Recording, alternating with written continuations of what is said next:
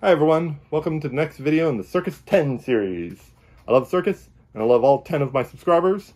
Therefore, we're celebrating you, the 10 subscribers, with 10 videos looking back on the first half of 2021. I don't know if it's going to be 10 videos. Kind of going by the seat of my pants here. Not very experienced, but we're going to keep going. And we've been talking about... What have we been talking about? Plays of games. How many times have I played these games? Games I've played in the first half of 2021. And how I feel about them, how they make me feel, how does it work, how does it play, what am I going to do with it? We've got five more games that I only played one time in the first half of 2021, thank you. And so we're going to go through those right now, so it might be a short video or it might be a regular length video because I do tend to go on and on and on. Is there any more new business? I can't think of any more new business. Let's just go. The first game, number 5 or number 1, depending on if we're going up or down, that I only played one time in the first half of 2021 is Roleplayer, the second game in the Roleplayer universe. Last video I talked about Lockup, which I also like. This is a game about the best part of role-playing games, or the best part of D&D type games anyway, and that's making your character. You make the character and you stop playing. There's an expansion that lets you do more than just make your character. You can fight one monster.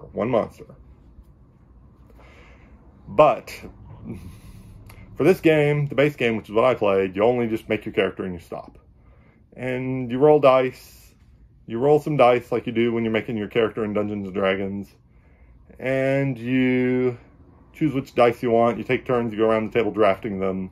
And you go to the shop and see if there's anything you want to spend your money on. And you have goals based on your origin and your character idea that you got in your head for your character, which isn't really, it's based on a card. It's based on cards that tell you what your background is and what your personality is and stuff. Or maybe your destiny, something like that. Or your career, something like that. Anyway, the point is, to make a short story long, it's fun. It's real thinky. It's got a lot of moving parts, but it is simple. There's not a lot of really tough stuff to memorize.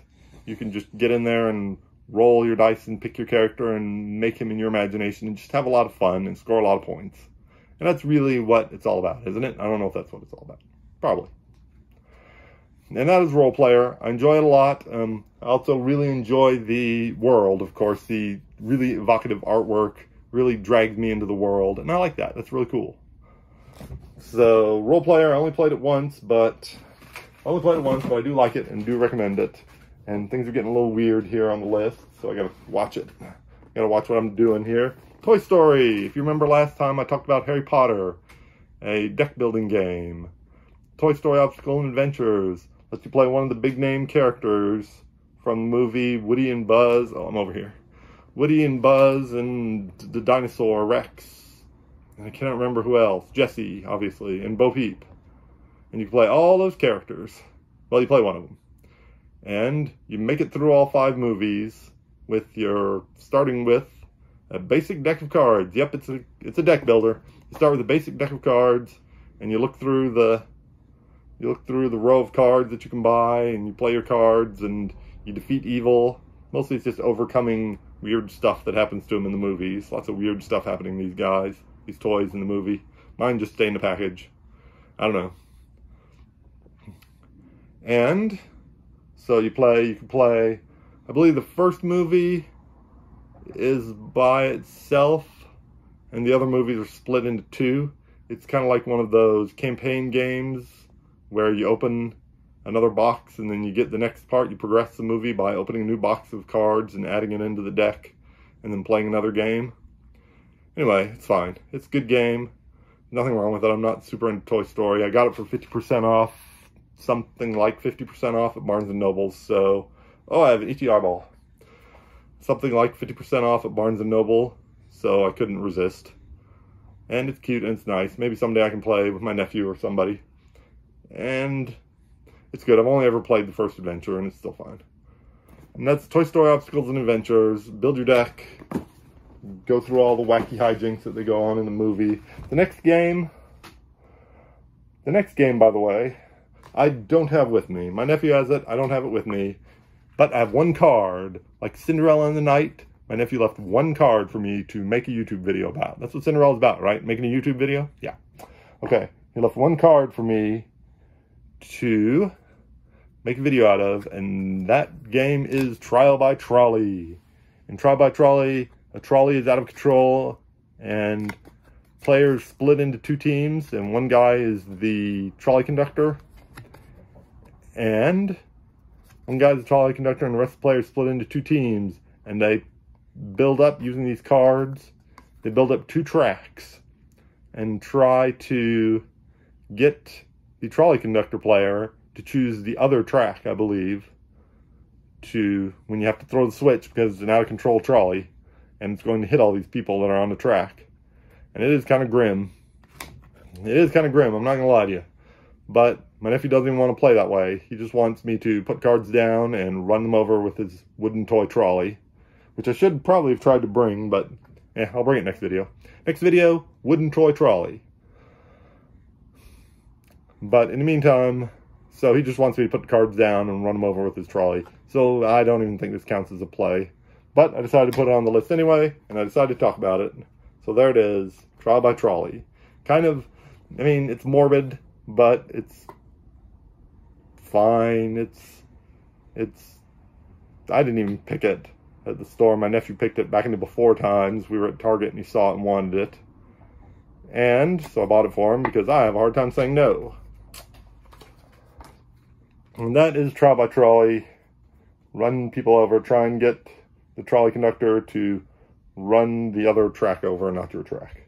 But not when Dexter plays. When my nephew plays, he just wants to run things over with his wooden trolley. Next up, it's Tessi. Tessi. This is an 18-card game, and if you want to play the solo mode, there's 6 extra cards. And I got it out, not to get it off any shelf of opportunity or get it off on one playlist, but I got it out because there's a Tessi expansion Kickstarter. Sometime late May, early June, somewhere right in there. I know I must have backed it on June 1st because my notes say that I've been clean and clear from Kickstarter since June 1st. So congratulate me, please. Congratulate me in the comments below. Now you don't have to do that. Itchy. Congratulate me in the comments below. Just do it. Anyway, so you're trying to make lovely flowers. I don't know if there's any here. I can just pull one out. Oh, there's a lovely orchid. You make a bouquet of lovely flowers, and the flowers score you points, and they score points based on if they have a little heart right there, and some of them interact with other cards using the text on the box, in the box on the card, and there's an AI that's controlled by cards, and I can't find one, so forget that. And that's Tessi. I don't honestly play it enough. Obviously, I've only played it one time in the past 6 months to really justify an expansion, but somehow I ended up ordering it anyway. Kickstarter, it's dangerous. We are on our last game of the single plays, and I'm happy to report it's a heavy one, because there's X-trays inside. Yeah, it's Wingstam. I played Wingstam one time to get it off my list of single plays, only played once games, and I was happy to do so. It's a very nice experience. You play you're in charge of a bird conservation land, maybe?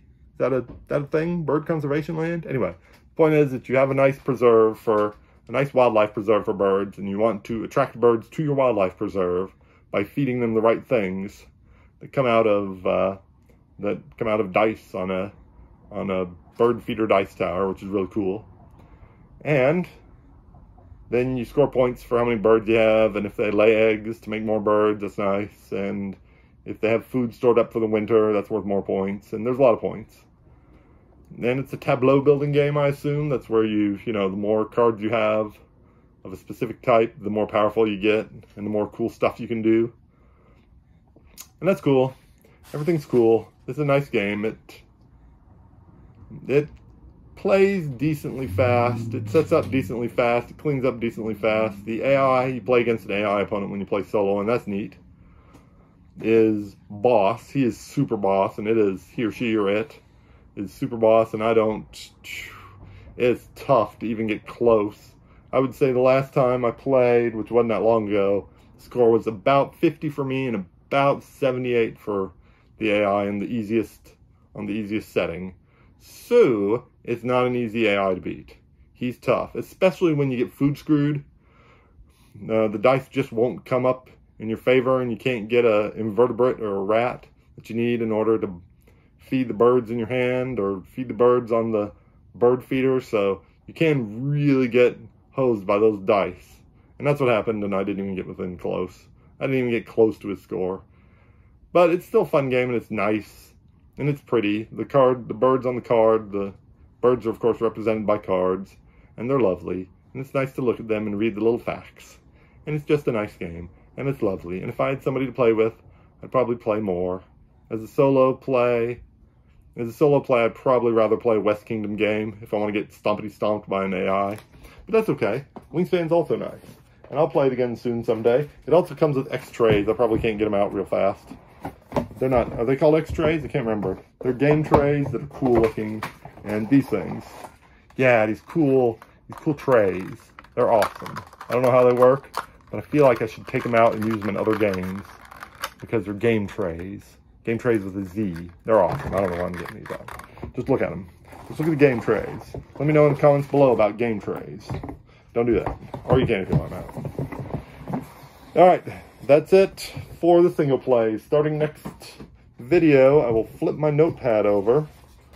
And we will be looking at games. Hopefully we'll get through them all. That I played twice. Ooh, twice. Yeah. They must have been good enough to play twice. We'll find out why next time.